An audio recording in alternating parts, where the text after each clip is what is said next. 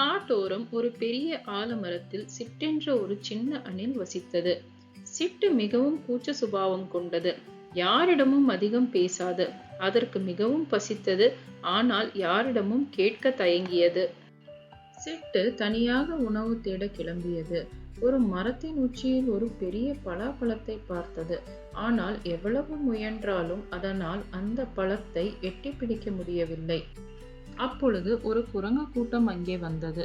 அவை கிளைகளுக்கு கிளை தாவி எளிதாக பழங்களை பறித்து சாப்பிட்டன. அவற்றின் உதவி கேட்க சிட்டுக்கு ஆசைதான். ஆனால் அதன் வாய் திறக்கவே இல்லை. இதையெல்லாம் ஒரு கிளையில் அமர்ந்து கவனித்துக் கொண்டிருந்த ஆந்தை சிட்டுவின் அருகில் வந்து, "என்ன சிட்டு, ஏன் சோகமாக இருக்கிறாய்?" என்று கேட்டது. சிட்டு முதலில் தயங்கியது.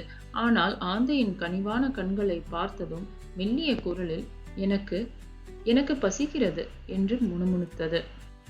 ஆந்தை புன்னகைத்து, "பசித்தால் அதை கேட்க வேண்டுமல்லவா? அதோ அந்த குரங்குகளிடம் கேட்டால் உதவி செய்ய மாட்டார்களா?" என்று அறிவுரை கூறியது. ஆந்தையின் வார்த்தைகள் சிட்டுவுக்கு தைரியத்தை கொடுத்தன. அது மெதுவாக குரங்குகளின் தலைவனை நோக்கி சென்றது. குரங்குகளின் தலைவன் ஆச்சரியப்பட்டான். ஆனால் பிறகு சிரித்தான். அவன் இனிப்பான பழத்தை பறித்து சிட்டுவிடம் கொடுத்தான். "நீ கேட்டதால் தானே தெரிந்தது. நீ கேட்காமல் இருந்தால் உன் பசி எனக்கு எப்படி தெரியும்?" என்றான். சிட்டு அந்த பழத்தை மகிழ்ச்சியுடன் சாப்பிட்டது. அன்று அது ஒரு முக்கியமான பாடத்தை கற்றுக்கொண்டது. அன்று முதல் தனக்கு வேண்டியதை கேட்க அது ஒருபொழுதும் தயங்கியதில்லை.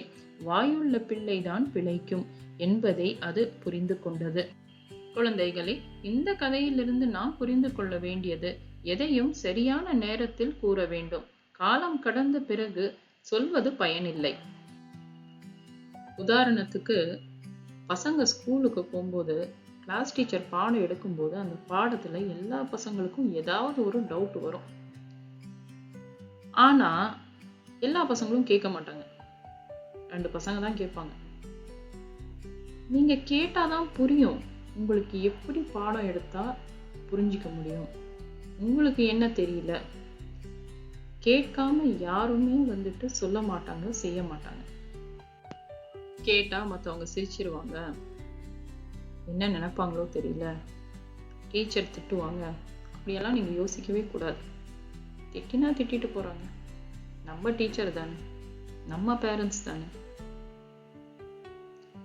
ஆனா மனசுல இருக்கிற சந்தேகத்தை தீர்த்துக்கணும். இததான் இந்த கதையில சொல்ல வராங்க. வாயுள்ள பிள்ளை பிழைக்கும். இந்த கதையை கேட்டதுக்கு மிக்க நன்றி. வணக்கம்.